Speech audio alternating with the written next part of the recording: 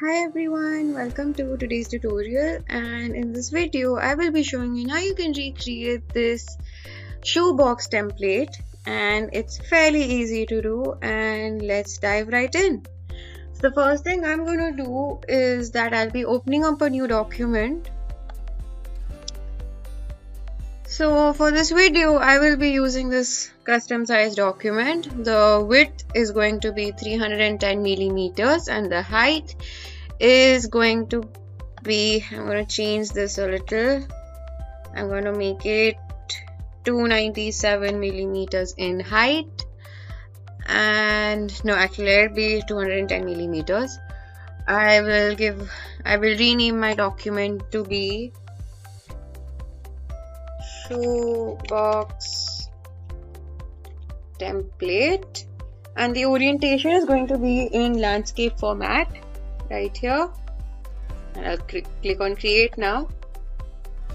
Okay, by default when I open up my document, this layer 1 also gets opened up. I'm going to rename layer 1 to be template, and now I'm just going to zoom out by clicking on Control and the minus key on my keyboard, and I'm going to go ahead and make these templates now, these folds right here. So I'll be using my rectangle tool, and I will first add the fill as well so that it saves a lot of time as well. I'll first fill it in with this. I'll first fill this gray color inside this document. So the width was 310 millimeters and the height was 210 millimeters. And I'm just gonna stick it right here. I'm gonna go ahead and make one more rectangle like that, and I'm gonna copy the same rectangle on the bottom side as well by clicking on Alt and dragging it down right here. And now another bigger box of the same size. I'm going to zoom out again. I'm just going to copy this one right here. So I'll select this, click on Alt to make a copy, and bring it on the top like that.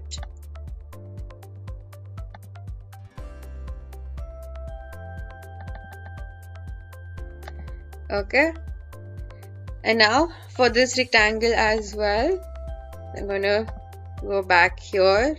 No, actually I'm just gonna select this, click on Alt, and I'm just gonna place it right here. So as you can see in this reference one, that these two anchor points have a little narrow edge. So I'm gonna add the same effect on this rectangle as well. So I'll be selecting my direct selection tool.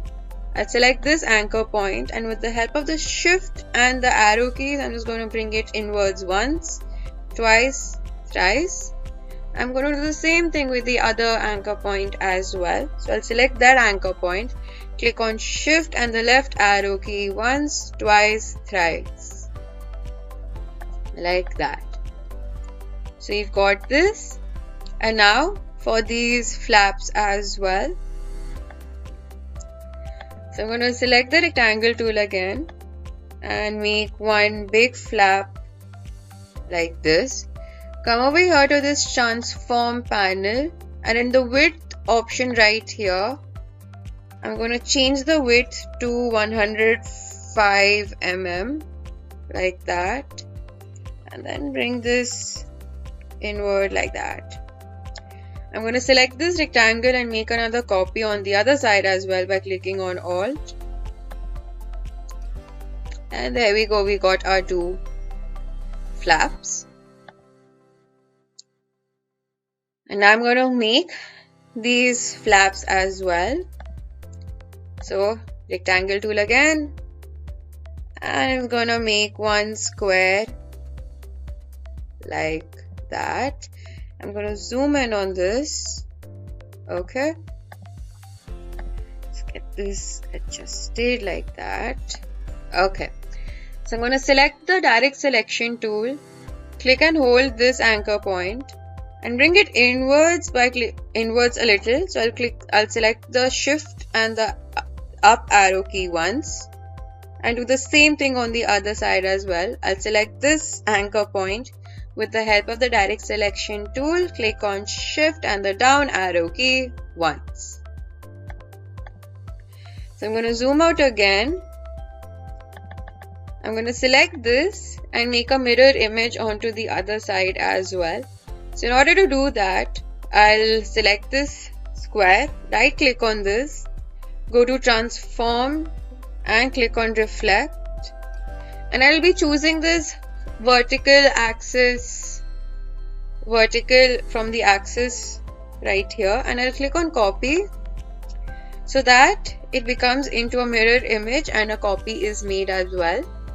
So I'm just going to drag this shape onto the other side like that, and I'm going to select these two again and make another copy on the bottom side as well. So I'll be clicking on Alt and drag my shapes to the bottom like that. Okay, so you've got this. And now for these flaps as well. Similarly, I'll be using the rectangle tool again. And I'll make one rectangle like this. And I'll choose the direct selection tool and I'll select this anchor point over here. And as you can see that when I select this anchor point, this circle comes up. So this indicates that I can freely round this edge. So I'm just going to drag the circle inwards and make it curved like that. I'm going to choose a rectangle tool again and make one rectangle like that till it says intersect that way. Yeah. So I'm going to select these two. Right click on this, go to transform and click on reflect. And this time again I'll be selecting the vertical axis and I'll click on copy so that a copy is made like this. And I'm just going to grab this and drag it over here as well. Okay, so we've got our basic template. Now the only thing that I'll be doing is that I'll be just selecting all my flaps like this, and I'll be changing its color to a darker shade of grey so that it becomes easier to differentiate between the flaps and the main body as well, like that. And I'm going to select everything and also increase the stroke weight to 3 points so that it's a lot easier for you all to see where the folds are to be made. So once that's done, I'm going to go ahead and also lock my template layer so that when I add the text or the logo onto my shoe box, I do not accidentally move anything around. Alright, so I'm going to create a new layer and I'm going to rename layer 2 to be graphics, and I'm just going to stick to extremely simple like this. It's a really simple shoebox design. So I'm going to open up my logo, which was the Adidas logo right here. You can easily find such images up on Google and then save any shoe logo as per your convenience and as per your design that you want to create. Okay, I'm just going to drag this image right over here onto my document, and I'm going to scale this bigger by clicking onto Shift and the Alt key like this so that it fits onto my document like that. I'm going to make this a little bit more bigger this. I'm going to click on Alt and make another copy right about here. And now I want to remove the white background and I want just the logo to be there, so that it gives a indication that this logo has been printed onto my document. So I'll just select these two images by clicking onto Shift, and I'll temporarily unlock my template layer. I'll go over here to this transparency panel, and over here in this blending mode, I will be choosing the blending mode to be multiply, and voila, the white background gets removed and our image now gets blended with the background as well. So I'm going to go ahead and also lock my layer again.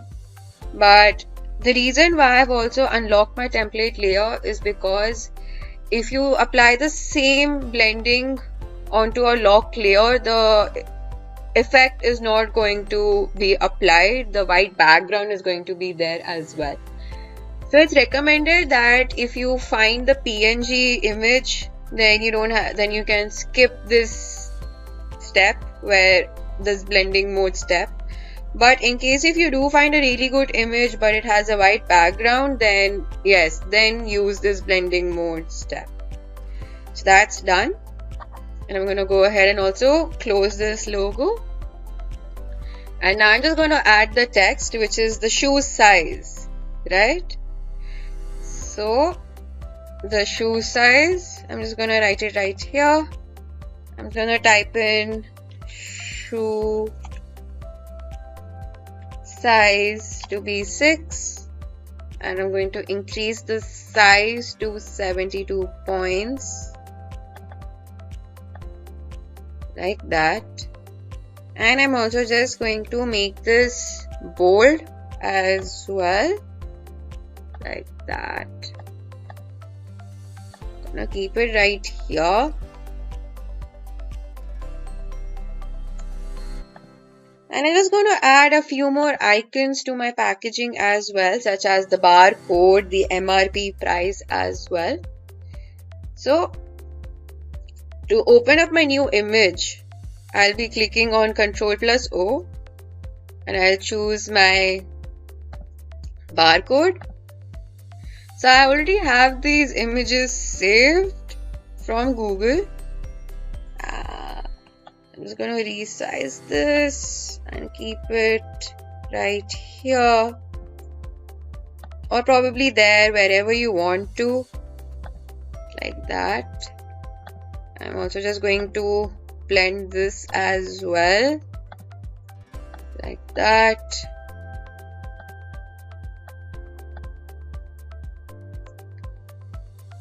And let's add the MRP as well. I'm just gonna type it right here, which says MRP rupees 800, and I'm going to rotate this text,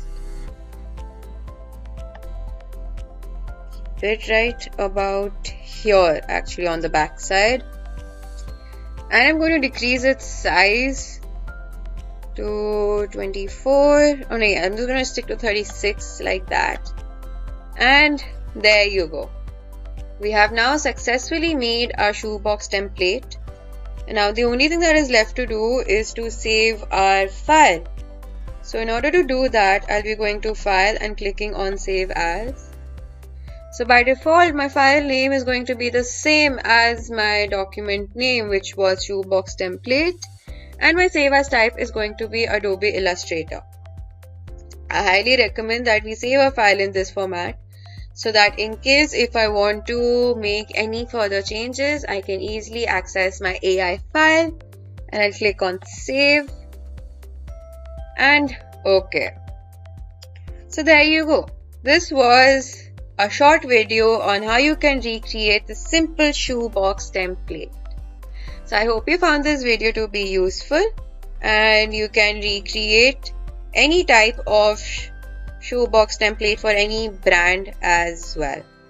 So thank you for watching, and stay tuned for more.